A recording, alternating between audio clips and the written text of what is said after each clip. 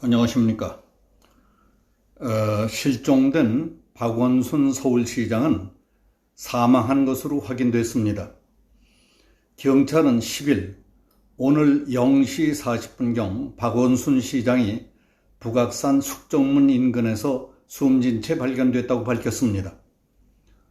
박 시장 딸이 9일 오후 5시 17분경 4-5시간 전에 아버지가 유언 같은 말을 남기고 집을 나가셨는데 전화기가 꺼져 있다며 실종 신고를 한 지 7시간이 지난 뒤였습니다. 박 시장의 정확한 사망 이유는 아직 공식 발표되지 않았지만은 일부 언론은 박 시장의 비서로 일했던 여성 A씨가 8일 서울지방경찰청에 성추행 고소장을 접수했다고 보도했습니다.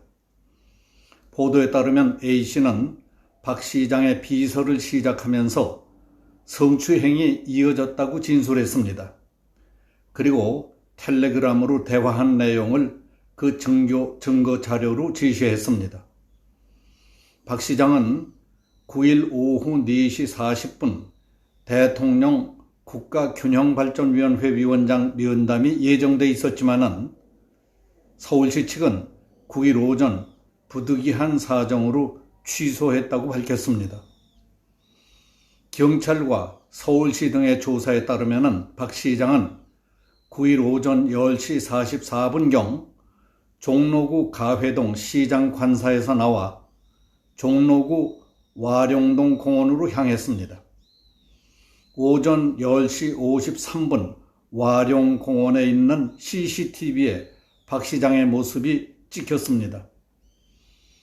경찰이 박 시장의 통화 내역과 위치를 조회한 결과 박 시장은 오후 2시 42분 와룡공원에서 지인과 통화를 했고 오후 4시쯤 서울 성북구 북악산에 있는 북악골프연습장에서 위치 신호가 끊겼습니다.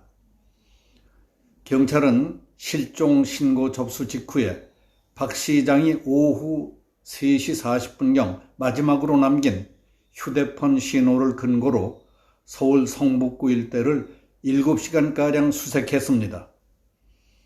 핀란드 대사관저와 와룡공원 일대에 경찰과 소방인력 700여 명이 투입돼서 일대 산을 모두 샅샅이 수색한 끝에 숙정문 근처에서 박 시장의 시신을 발견했습니다.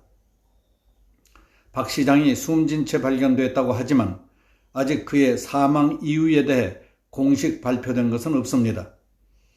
그 여비서가 박 시장으로부터 받은 지속적인 성추행을 미투 고소했고 그 전날 경찰에서 고소인 조사를 받은 것으로 알려졌습니다. 이와 관련해 SBS는 지난 2017년부터 박 시장 비서로 일하던 A씨가 변호사와 함께 서울지방경찰청에 가서 9일 새벽까지 고소인 조사가 진행됐다고 했습니다. A씨는 박 시장과 나눈 메신저 대화 내용을 증거로 제출했습니다. 박 시장은 신체 접촉 외에 텔레그램 메시지 등을 통해 개인적인 사진을 여러 차례 보내왔다고 A씨가 진술했답니다. 경찰은 사안의 중대성을 보아 경찰청장 등 경찰 수뇌부에 사안을 긴급 보고했습니다. 그러나 박 시장이 자신의 피소 사실과 경찰의 조사 내용을 알았는지는 알 수 없습니다. 박 시장은 그동안 여성 인권주의자인 페미니스트를 자처했고 여성 인권 변호사로 불려왔을 정도로 여성의 편익과 여성 인권 신장을 위해 누구보다 앞장서온 사람으로 잘 알려져 있습니다. 그는 1993년 우리나라에서 최초로 제기된 성희롱 법률 소송인 서울대학교 우조교 성희롱 사건 변호를 맡아서 승소를 이끌어냈습니다. 그 일을 계기로 성추행, 성폭행뿐만 아니라 성희롱도 명백한 불법 행위라는 사회적 인식이 생겼습니다. 그리고 성희롱의 개념이 실정법에 도입되는 계기가 마련됐습니다. 박 시장은 이 일로 여성운동상을 받기도 했습니다. 그 후 기회 있을 때마다 자신은 여성 인권의 보호와 확대, 여성 친화적 정책 개발 등을 내세우며 여성 친화형 리더가 되겠다. 자기는 대표적인 페미니스트라며 여당의 차기 대권 주자가 되기 위한 노력을 기울여 왔습니다. 더불어민주당에서는 2018년 안희정 전 충남지사, 또 지난 4월 오거돈 전 서울 부산시장, 이번에 박원순 서울시장 등 당내에서 비중 있는 정치인들이 미투 논란에 휩쓸려 모두 끝났습니다. 또 최근 국정원장 후보자로 지명을 받은 모 후보자와 현재 모 지역 도지사 등은 여배우들과의 지저분하기 짝이 없는 스캔들로 한때 세상을 시끄럽게 했습니다. 최근 전북 김제시 의회의 남녀 의원들은 의사당 안에서 간통이니 아니니 소리를 지르며 아수라장 싸움판까지 벌였습니다. 그리고 3, 4개월 전에도 SNS에서는 최고 권부 이야기와 법을 관장하는 두 장관들 각각의 불륜 관련 이야기 등 별소리가 다 돌아다니기도 했습니다. 사람 사는 세상에는 별일이 다 있게 마련입니다. 그런 측면에서는 있을 수 있는 일들이라고 할 수도 있습니다. 그러나 며칠 전 추미애 장관이 공과 사, 옳은 것과 그른 것, 정과 사는 함께 갈 수 없다며 서슬퍼렇게 말했듯이 공직자, 책임 있는 정치인, 영향력 있는 지식인, 교육자, 그리고 부모의 입장에서는 겉과 속이 다르고 말과 다른 행동으로 국민을 속이고 제자를 속이고 자식을 속일 수는 없는 것 아닙니까? 신뢰를 바탕으로 정책을 믿게 만들고 인품을 믿게 해서 표를 얻어야 하는 정치인, 공직자, 지도층 등이 자신을 믿고 최선을 다하는 측근까지 눈속임과 위선, 가문이설, 때로는 막강한 영향력을 무기로 동물적 야욕을 채운 데서야 세상이 어떻게 되겠습니까?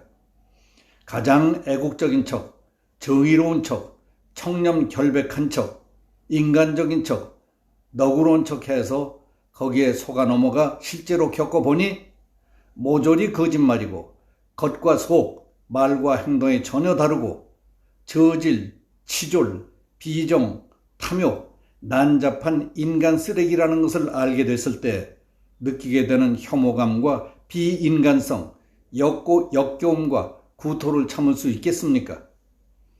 위에서 변죽만 울리며 예를 들었지만 겉과 속, 말과 행동, 공과 사, 정과 사를 어기며 행동하는 부류들, 억장이 무너져 함께 어울리고 말을 건네기조차 꺼려지는 사람들이 어느 쪽에 많다고 생각하십니까?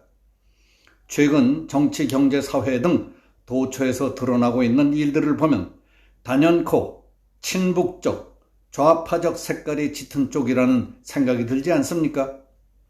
지난 3년 동안 우리 국민들은 대통령을 비롯한 좌파 정권의 거듭되는 거짓말과 잘못을 저지르고도 미안함과 부끄러움을 모르는 뻔뻔함에 지쳐가면서 어느덧 돌이키기 어려운 곳 여기까지 끌려왔습니다. 그런 뜻에서 본다면 많은 국민은 좌파 정권, 겉과 속, 말과 행동이 다른 쓰레기들이 판치는 세상에서 성희롱과 성추행이 아니라 그보다 더 원천적인 인간희롱, 인간추행, 인간의 기본 심성까지 폭행당하고 자존감마저 상실해가며 여기까지 개, 돼지처럼 끌려온 것이 아닌가 하는 생각이 듭니다. 여기서 마치겠습니다. 감사합니다.